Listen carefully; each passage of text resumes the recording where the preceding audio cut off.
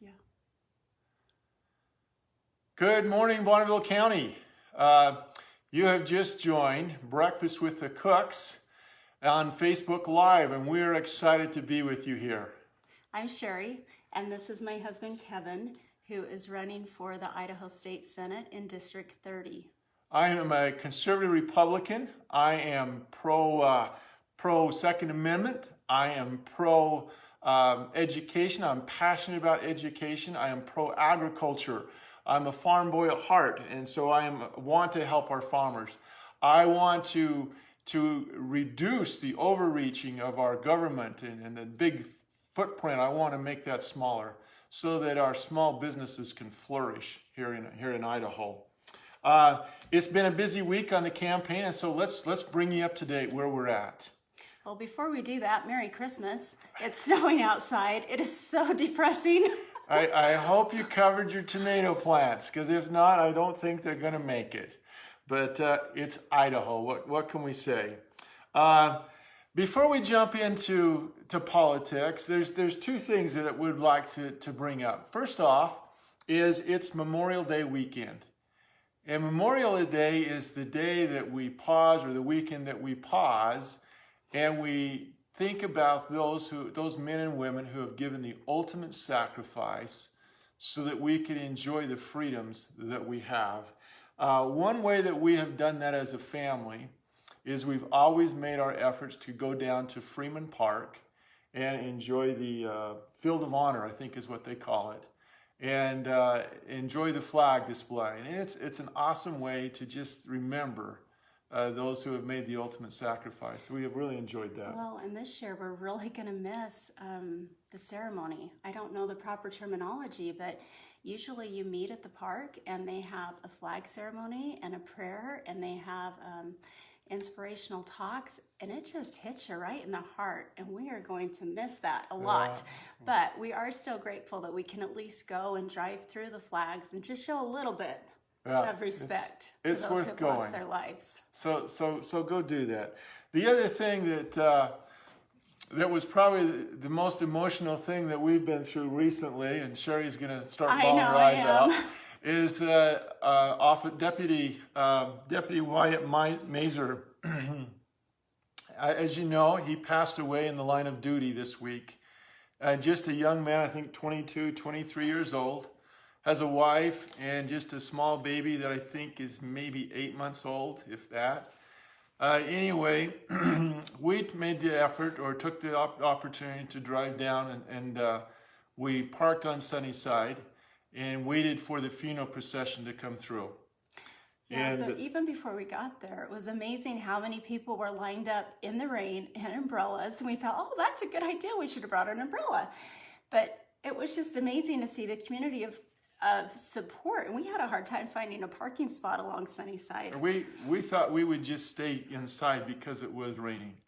But I tell you what, as that procession got closer and closer to us, we felt like we had to get out, that we had to stand up, that we had to show our respect to this great young man that put his life on the line every single day. And so as we got out and stood there in the kind of the drizzling rain, it kind of slowed down, but the police car with its lights approached, and then you had all of these motorcycle policemen and surrounded the hearse. And as you looked inside the hearse, you saw the American flag that really, really hit you.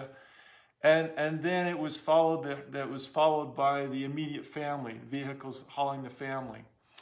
And then after that, for 45 minutes, police car after police car vehicle passed by us, never stopping, but just continued to go with their lights flashing. Well, sheriffs and fire departments and I think every county in Idaho was represented.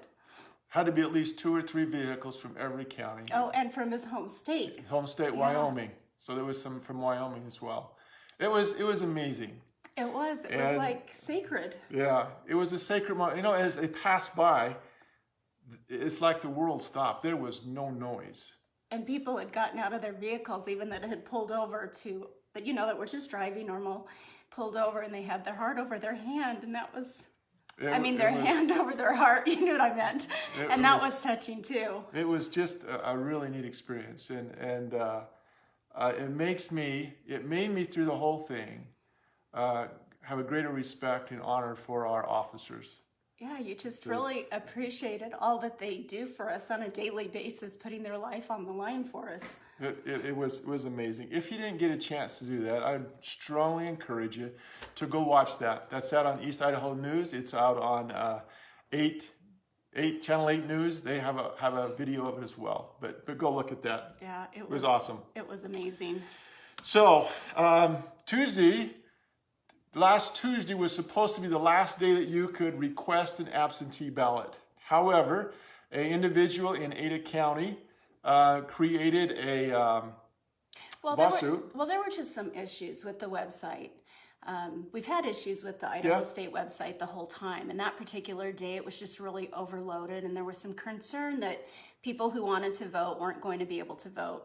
And so the deadline was extended to... So the judge extended that deadline to Tuesday, this coming Tuesday, the 26th. So by the 26th Tuesday, I think it's at 5 o'clock, is the last time that you can request an absentee ballot. And so if you haven't done it, you got a second chance. Get out there and get your absentee ballot. Okay? Yeah. And if you've heard of anyone who's like, oh, yeah, I meant to do that, encourage them to do that. Okay. However, the one thing that hasn't changed is you still have to turn in your ballot by June 2nd. Now, that's not in the mail. And I think people need to know that. It has to be returned to the office by June 2nd. So if you're mailing it, it probably needs to be in by May 29th or sooner. Just get it done. Yeah. Get it done today. Fill out your ballot today. Fill out your ballot tomorrow. Get it in the mail Monday. No, not Monday. It's a holiday. It's a holiday. Tuesday. You're going to have to probably take it to them. They have a drop box out front. You can drop your ballot in there, or you can take it into them Tuesday. Well, if you don't get it mailed in by the 29th. But you need to get it. Okay, got to do it. June 2nd. It's the last day. 5 p.m. They have to have it in their little hand, or you're not going to get counted. Okay. Yeah. So something exciting happened this week. I was able to go in and get a haircut. Yeah. Businesses are starting to open, and it's so wonderful. It's great to see things opening. It's wonderful. We got to watch our grandkids last night while our kids went out to eat in a restaurant. So what do we do? How do we get this opening? What do we do? According to the governor's plan, we're halfway through phase 2. However, we did have a little bump in the number of COVID-19 cases. We went from 30 on Thursday to 102 on Friday. So what does that mean?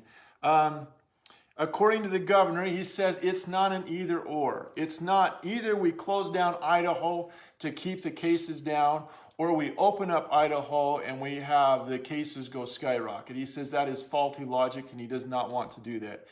Governor Little is absolutely for opening Idaho and getting it back, getting our robust economy going again.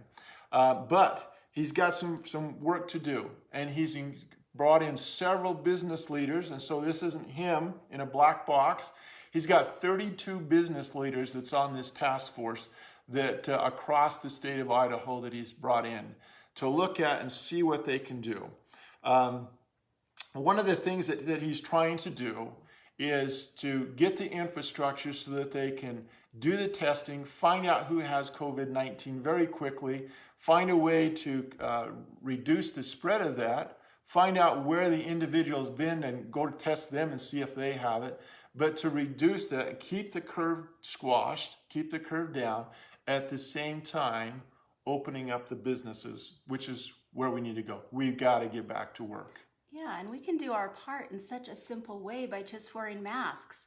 I know they're uncomfortable. I know you can't breathe in them. Terrible. But that does slow the spread, and it does, to me, show respect for those that don't have a choice and have to get to work. Yeah, so the responsibility to get this to work and get Idaho open starts with us. I've always been super crazy with germs. Has. I drive everyone crazy because the whole time they walk in the house from anyone are like, go wash your hands. But we keep sanitizers in the purse, in every car, and everything. And we just, anytime we exchange credit cards through the drive-through or come back from a store. You know, we're sanitizing. This was before COVID-19. We would go to a restaurant and we'd make her order, and when they brought the food, she'd pass out the antibacterial stuff and would wash her hands through it. When you have a medical background, or maybe it's just me and But you need to I'm do unique, but yeah, just do whatever you can. Do your part to help. The spread. Yeah, help the spread. I had a little brain So freeze. it doesn't spread. There you But go. the other thing is if you're sick, stay home. Okay? Don't go and spread that. It's still the flu season, and if you think you have the flu and you're like, oh, maybe I got COVID-19, well, call a doctor and ask about it. But it is still the flu season. But if one of the big things I think they say is the respiratory. If you're having troubles breathing, then call a doctor and see what to do and how to get tested. But let's keep the curve down so that we can keep Idaho open. So the first step is, yes, it begins with us. We need to make sure we're under control. Second step is the businesses.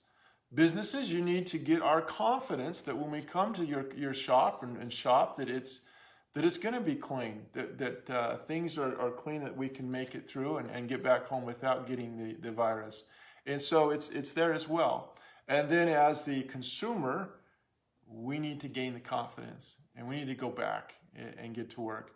I think the other big thing is if as an employee, if you can do your job from home, maybe work with your employer and see if you can stay at home and work, because we still need to get that social distancing. That still is a big part of it that needs to happen.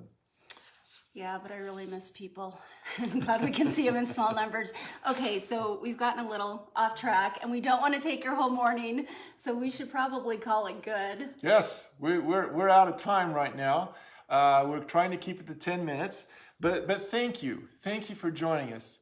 And thank you for your support. Yes. It is it's so overwhelming, and I really cannot wait to meet all of you supporters in real life, because we've had amazing supporters. What's amazing is it's across the state, across Bonneville County, in all kinds of sectors. It's not just the farmers or not just the educators, it's the small business, it's elected officials, it's plumbers and electricians and technical people.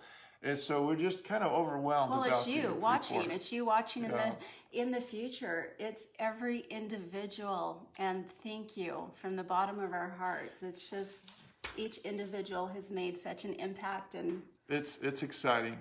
So anyway, you have joined Breakfast with the Cooks live on Facebook. And again, we would encourage you, if you haven't got your ballot, go request it. If you have got your ballot, fill it out. Make sure you put in the box Kevin Cook for Senator and get it in the mail. Oh, the other thing is make sure you sign the back of the envelope, because it won't count if you don't. yeah, Okay. and go drive through Yep. Freeman Park and see those amazing flags, and pay your respects to all those who have died in the line of service. It's pretty awesome. Hey, Okay, join the movement. Together, let's we'll put Idaho first. Thank you. guys.